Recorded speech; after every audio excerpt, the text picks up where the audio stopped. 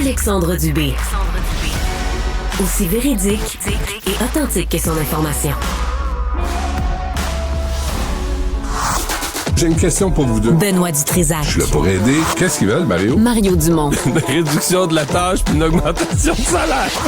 Ben, c'est cave. C'est des crapules. C'est cave dire ça. Ils ont tellement tout. Non, ils ont déjà eu plus. La rencontre Dutrisac-Dumont. Fais un petit effort. Où la dégringolade de la CAQ va s'arrêter. Un plus récent sondage léger, le journal TVA Nouvelles, confirme que la CAQ n'a pas encore atteint le plancher. On continue de descendre dans les sondages, un recul de 3 points de pourcentage en l'espace d'un mois qui donne seulement 22% d'appui pour les troupes caquistes. De plus en plus loin derrière Paul Saint-Pierre Plamondon avec 34%. Benoît Mario, bonjour à vous deux. Bonjour. Hello.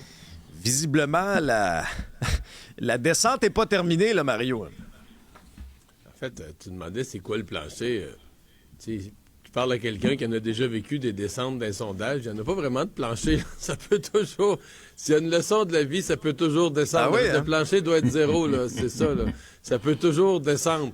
Mais, oui, écoute, on peut pas s'étonner parce qu'on avait eu hier, en fin d'après-midi, un bout du sondage. On va en parler tantôt sur le budget. Oui.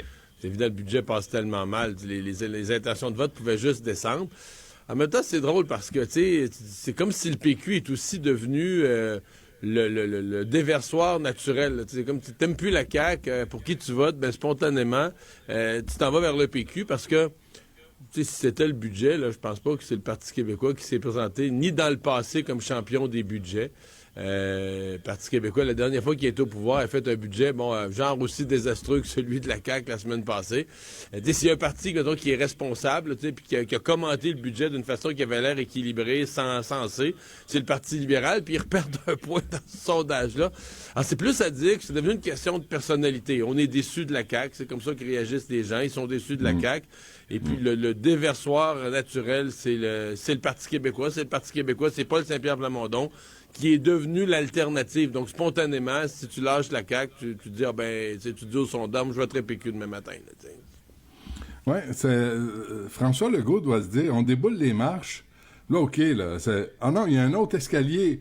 Ah non, il y a un autre escalier. Je pensais qu'on était rendu au rez-de-chaussée. Non, il y a le sous-sol est creux, hein? 8 sous-sols, c'est pas des faits. Est-ce qu'on se tourne vers le PQ, comme Mario dit, par défaut?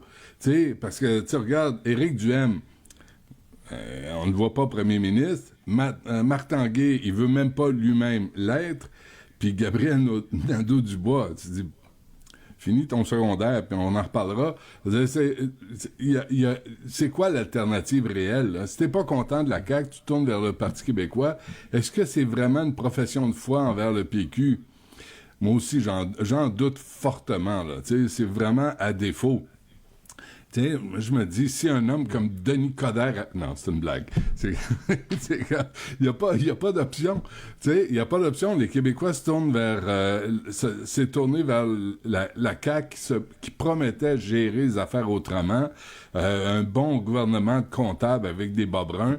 Puis il arrive, il arrive avec un déficit record. Là, tu dis... On s'attendait pas à ça, là, avec des drôles de décisions. Puis c'est drôle comme à quel point les Québécois sont plus durs envers la CAQ qu'envers Justin Trudeau. Tu sais, dans le sondage, là, il y a un petit mot sur le fédéral.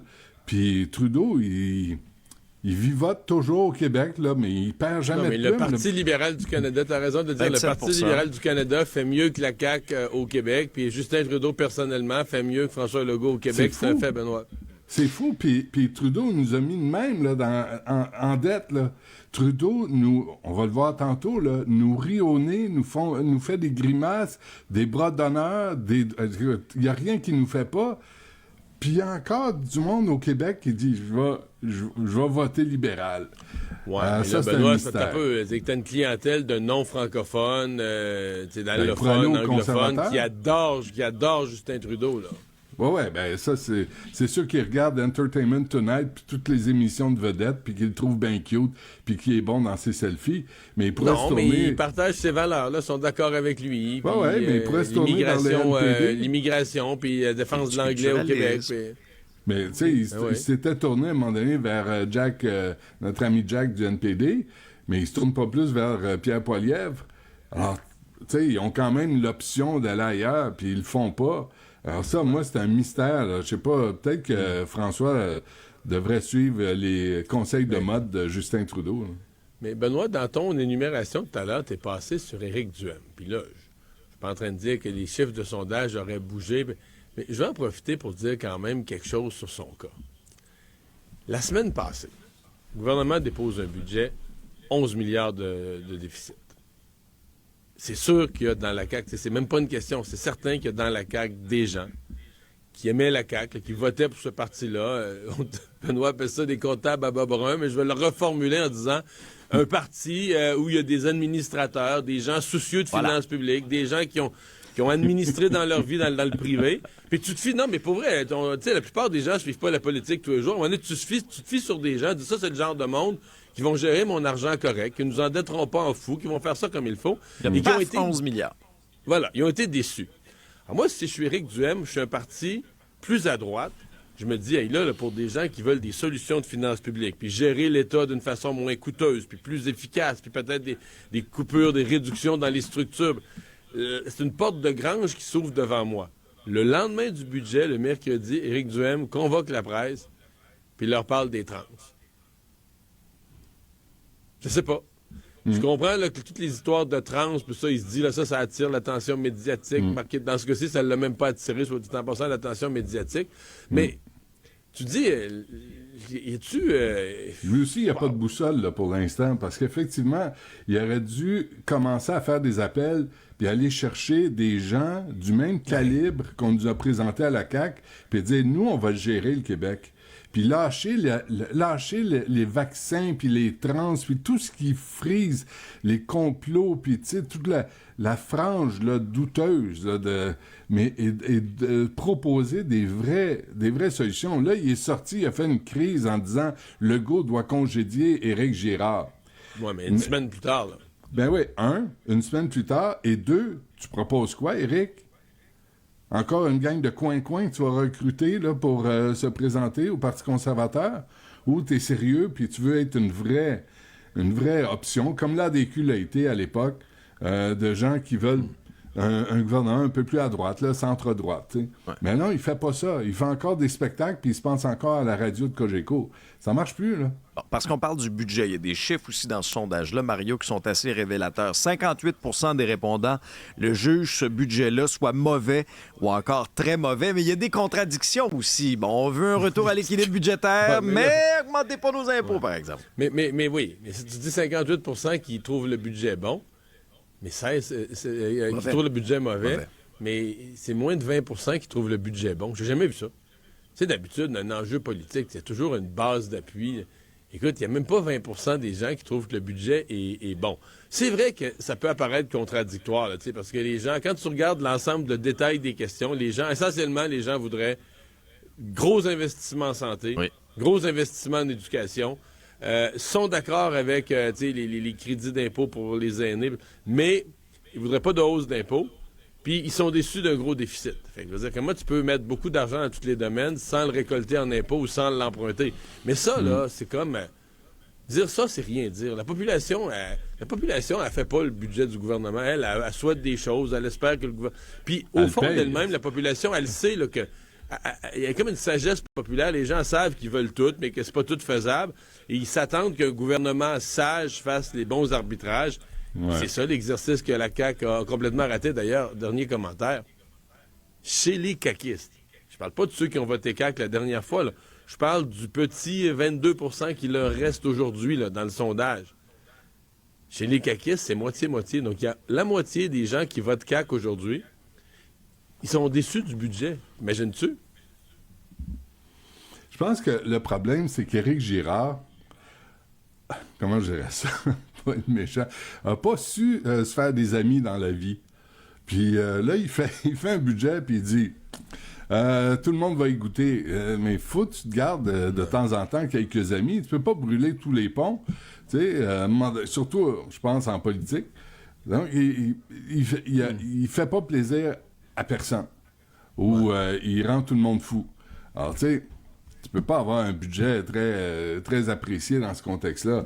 Mais sérieusement, là, encore une fois, je trouve que Paul Saint-Pierre Plamondon l'a facile, puis là, on le met en tête, puis on le met à 34%, mais je l'ai pas vu, moi, arriver puis dire, voici la solution à la santé, voici la solution à l'éducation. Tu sais, c'est facile, là, d'être dans les gradins, c'est facile d'être assis à ma place ce matin, mais d'être là sur le terrain puis de proposer une véritable option, Paul Saint-Pierre Plamondon ne le fait pas jusqu'à maintenant. Mais tu parles d'Éric Girard. Mon feeling à moi, c'est que c'est pas nécessairement le gars qu'il faut viser, là. Je pense que c'est plus l'ensemble du gouvernement, commençant par le chef. Je pense que dans les 40 quelques % de caquistes déçus du budget, d'après moi, il y a Éric Girard lui-même.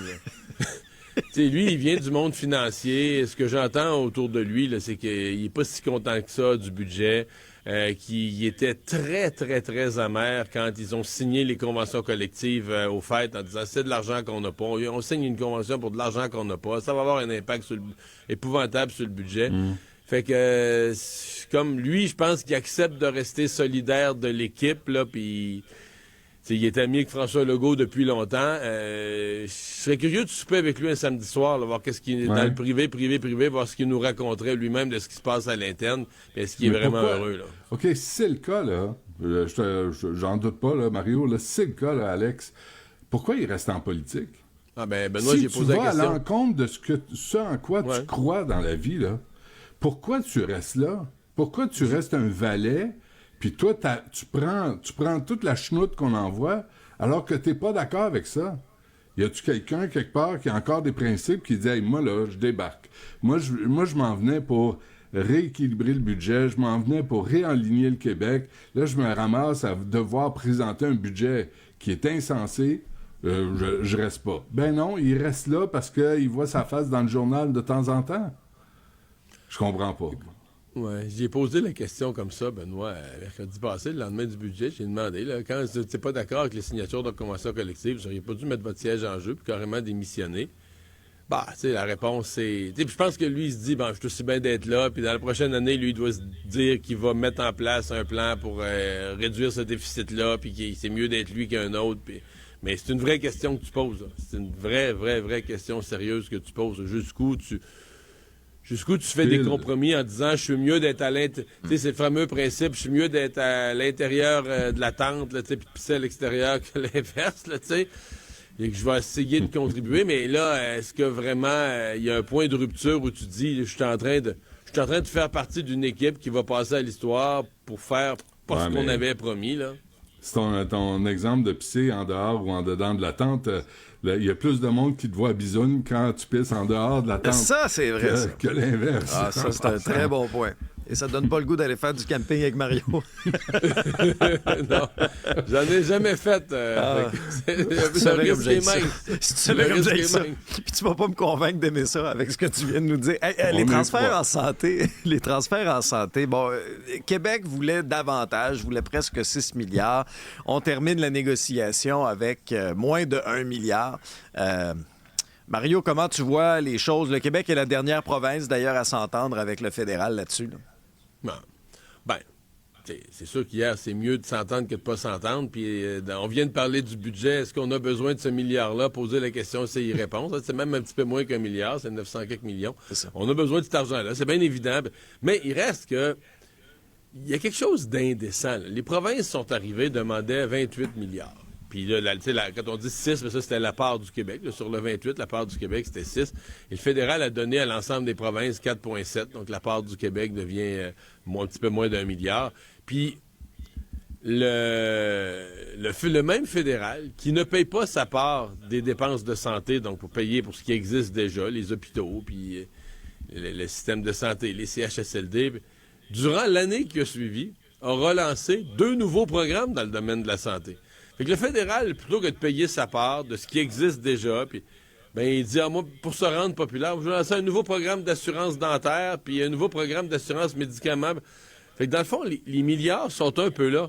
Les milliards qui auraient dû être transférés pour aider les provinces à gérer leur système de santé, le fédéral, lui, se ramasse un crédit, paye pas sa part des dépenses de santé, mais se ramasse un crédit en disant regarde, moi, je suis un génie, là. Je suis plus généreux. Les provinces n'ont pas de programme de soins dentaires. Moi, j'en crée un. Les provinces n'ont pas des bons programmes pour payer les médicaments. Moi, j'en ai un. Ce pays-là fonctionne pas, là. Vraiment pas, là. C'est vraiment dysfonctionnel comme façon de partager les factures ou de fonctionner. Mais quand t'as faim, là, tu vas te satisfaire des miettes. Ah, c'est sûr. C'est ça que Québec fait. Puis Justin est là, puis il se goinfre à son buffet de tofu, mais il laisse les miettes sur la table, puis il les pousse en bas de la nappe, là. Là, il y a Christian Dubé puis François Legault qui sont de même, là, puis il va prendre les miettes. Puis encore une fois, pas capable de faire une sortie contre Ottawa. Il vient de se faire mettre le nez dans son caca avec l'immigration. En santé, il donne des miettes. Puis on est toujours là à dire « Merci, M. Trudeau, vous êtes donc fin pour nous. » Mais c'est pour ça que la CAQ est à 22 %, parce qu'elle n'a pas de colonne vertébrale, elle n'a plus de principe, elle n'a plus d'identité québécoise, puis son autonomisme, là, c'est de la foutaise. Puis on s'en rend compte là, dans le pratico-pratique, dans le quotidien.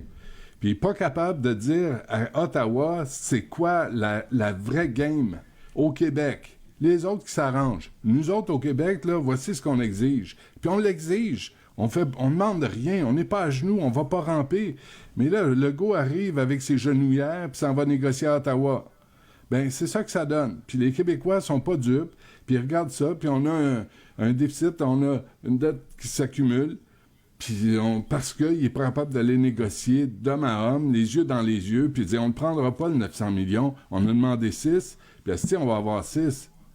Puis l'immigration, c'est 1 milliard, puis on le veut là. Puis je vais péter une crise à tous les jours dans les médias. Il regarde ses options, là.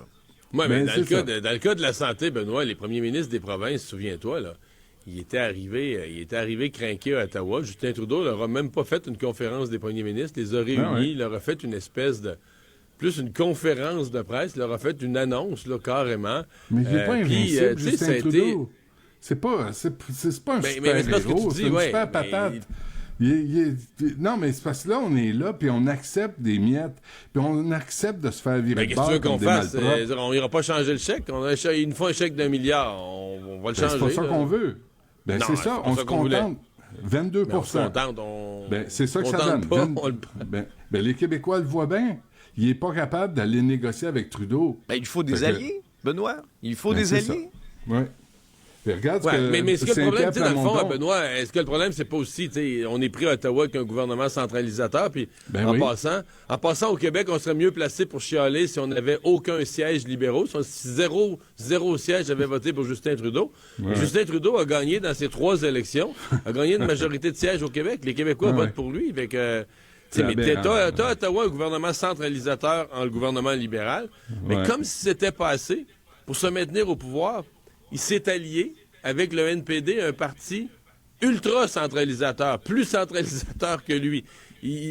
Ça donne ce que je viens de décrire. Là. Le fédéral, plutôt que de financer honnêtement sa part des dépenses de santé, se dit, ben non, je suis bien mieux, moi, d'être le héros qui lance des nouvelles initiatives, soins dentaires, assurance médicaments, qui lance des nouvelles patentes dans le domaine de la santé, et plutôt que de payer ta part. Non, mais c'est vraiment comme...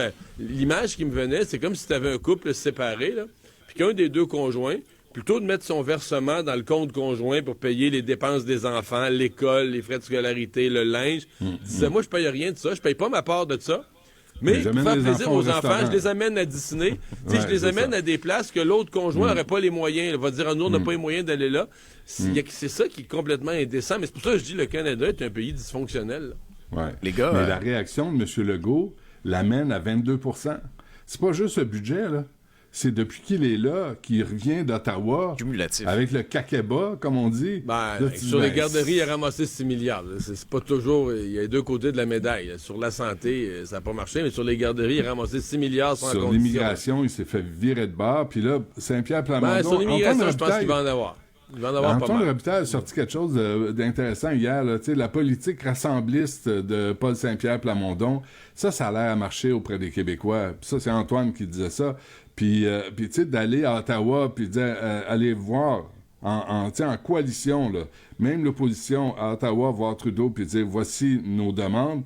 Ben là, t'as Marc Tanguay, vraiment, qui a le nez fin pour le sens où va le peuple québécois, là, vraiment, là, et c'est lui la boussole, là. C'est lui qui comprend le Québec profond.